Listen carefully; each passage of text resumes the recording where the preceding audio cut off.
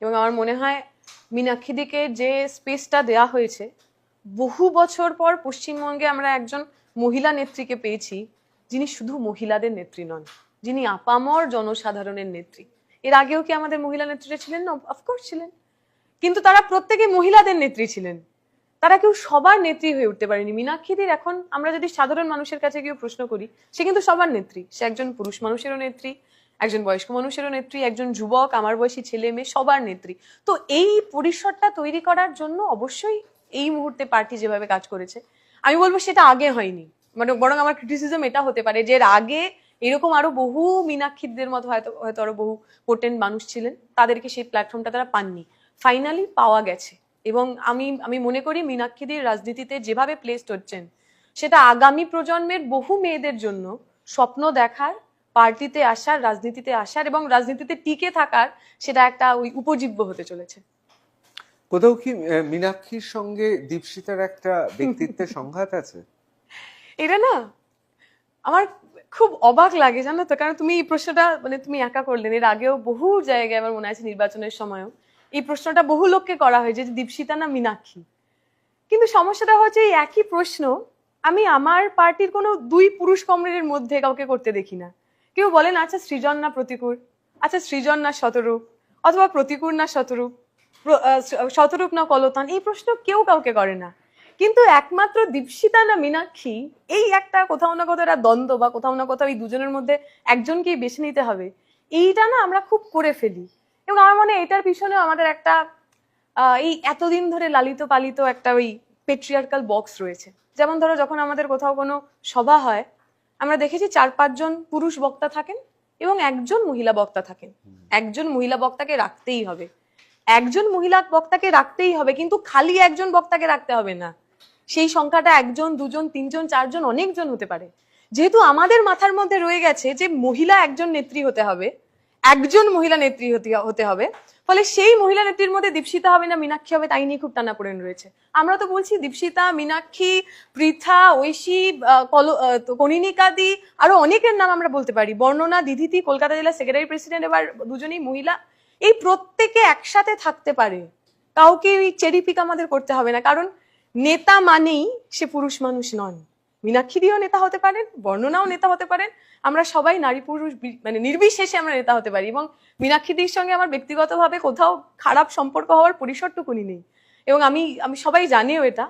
আমি বারবার বলেছি যে ওর দুজনের কি কথা হয়? হ্যাঁ, এই আই থিঙ্ক 2 দিন আগেও ফোন করেছিল মীনাক্ষীদি। এই আমাদের মানে কনফারেন্স শেষ হয়েছে, আমি ফিরেছি, মন খারাপ কিনা, এত বছর ধরে এসএফআই করার পর ছেড়ে দিচ্ছি, এবং আরো নানা ছোট মোটো কথা যে আমি তো কোনোদিন তোদের মতো করে এসএফআই করিনি, আমি তো ডিওয়াইফআইটাই অনেক ছোট বয়স থেকে করেছি। ফলে মানে খুব সাধারণ কথা, দুটো মানুষের মধ্যে যেরকম হওয়া উচিত। আমার আর মীনাক্ষীদির সম্পর্কটা ওইটুকুই।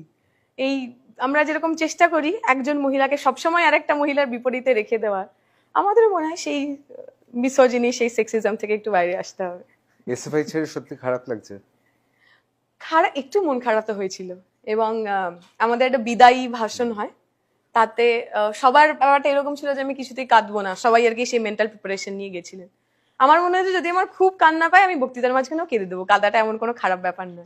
কারণ সত্যিই তো আমরা অনেক এসএফআই যারা করেন ছোটবেলা থেকে একটা সংগঠনের সঙ্গে নারীর যোগ হয়ে যায়, মানে বড় হয়ে ওঠা এবং এসএফআই করা দুটো একসাথে হয়েছে। ফলে এই যে এত বছরের একটা রুটিন, এত বছরের একটা জীবনকে দেখা, নিজেকে দেখা, সেইটার তো একটা ছেদ পড়ে। এই এত যে মানুষগুলোকে যাদের সাথে সুখ দুঃখ, জেতা হারা আমরা সব ভাগ করে নিলাম, কাল থেকে আর তাদের সাথে সেই সম্পর্কগুলো অ্যাটলিস্ট সাংগঠনিক সম্পর্কগুলো থাকবে না, সেইটা ভাবতে খারাপ লাগে। সেটা নিয়ে কোথাও কোনো মানে সেটা লুকিয়ে রাখার কোনো জায়গা নেই। তবে এটাও আমি মনে করি যে আমি পিএইচডি জমা করবো এই মাসে। আমার যদি ছাত্র জীবন শেষ হয়ে যায়, তাহলে আমার আর ছাত্রনেতা হিসেবে কন্টিনিউ করা উচিত নয়। কারণ আমি বুঝতে পারি এখন যে ছেলেটা বা মেয়েটা এই গ্রাজুয়েশন ফার্স্ট ইয়ারে পড়ছে, তার সঙ্গে আমার তো একটা জেনারেশন গ্যাপ তৈরি হয়ে গেছে। আমি তৃণমূলের মতো সাদা চুল ছেলে মেয়ে কলেজ যাচ্ছে, স্কুলে যাচ্ছে, তাও ছাত্রনেতা হিসেবে বসে থাকতে পারি, কিন্তু তাতে আলটিমেটলি লাভ হয় না। ফলে আমি যতদিন ছাত্র ছিলাম, আমি আমার সমস্তটা দিয়ে সমস্ত অনেস্টির সাথে ছাত্র রাজনীতি করেছি। নাও মাই স্টুডেন্টশিপ ইজ গেটিং ওভার। সুতরাং আমার এখন জীবনের যে নতুন অধ্যায়, সেই নতুন অধ্যায় শুরু হবে এবং রাজনৈতিক ভাবেও সাংগঠনিক ভাবেও তাতে নতুন অধ্যায় যুক্ত হবে। কোথাও কি মনে হয় এই ছাত্র রাজনীতিটা দীপশিতাকে দীপশিতা করলো? অবশ্যই তাই। আমি তো সবসময় এটা বলি যে আমি যদি এসএফআই না করতাম তাহলে অনেক কিছুই হতো না। এবং এই যে জেএনইউতে যাওয়ার পিছনে আমার পার্টির দুটো খুব ইম্পর্টেন্ট ভূমিকা রয়েছে। এক নম্বর, আমার জেএনইউ নিয়ে কোথাও কোনোদিন ফ্যাসিনেশন ছিল না। আমি কলকাতাতেই থাকবো, সব বন্ধুরা এখানে। আমার মার একটা জেএনইউ নিয়ে ফ্যাসিনেশন ছিল, এবং তার কারণ হচ্ছে সীতারাম ইয়েচুরি এবং প্রকাশ কারাট যে আছে, ওনারা ওইখানে পড়েছেন, ওনারা এত সুন্দর কথা বলেন, সুতরাং আমার মেয়েও জেএনইউতে পড়বে। ফলে এই যে জেএনইউর স্বপ্ন বা জেএনইউতে যেতে হবে, এটা আমার মার পারসুয়েশন। এবং পরীক্ষা ক্লিয়ার করার পর, রেজাল্ট বেরোনোর পরও আমি প্রায় আমার যাওয়া হচ্ছিল না, কারণ ঠিক তার আগের বছরই নির্ভয়া কাণ্ড হয়েছে।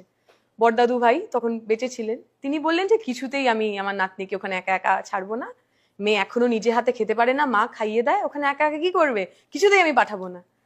তো তার পরের দিনই সম্ভবত কোনো একটা জেলা সেক্রেটারিয়েট মিটিং এ বড়দাদুর বিমান বসুর সঙ্গে দেখা হয়েছিল। তো বড়দাদু গিয়ে বলেন যে নাতনি তো এরকম জেএনইউ পেয়েছে, কিন্তু আমি তো ঠিক সাহস পাচ্ছি না, ও একা একা কি করে পড়বে।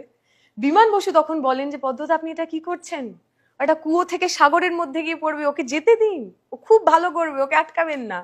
বিমান বসুর কথা শোনার পর আমার বড়দাদু আমাকে জেএনইউতে পাঠানোতে রাজি হয়। ফলে যদি আলটিমেটলি পার্টি না থাকতো তাহলে আমার এই কোনো কিছুই হয়ে উঠতো না। এবং ঠিকই তো এসএফআই, আমি সবসময় বলি যে আমাকে যে নিজের সম্পর্কে আমার যে ধারণা, সেটাকে প্রতিদিন ভেঙেছে চুরেছে। আমি কি কি করতে পারি এবং কি কি করতে পারি না, আমার যে ধারণা ছিল, এসএফআই প্রতিদিন সেটাকে চ্যালেঞ্জ করেছে এবং একটা নতুন মানুষ ভেঙে চুরে এই এতগুলো বছর ধরে তৈরি করেছে। ফলে আমি তো এসএফআই এর প্রতি সারা জীবন ইনডেটেড, কৃতজ্ঞ থাকবো।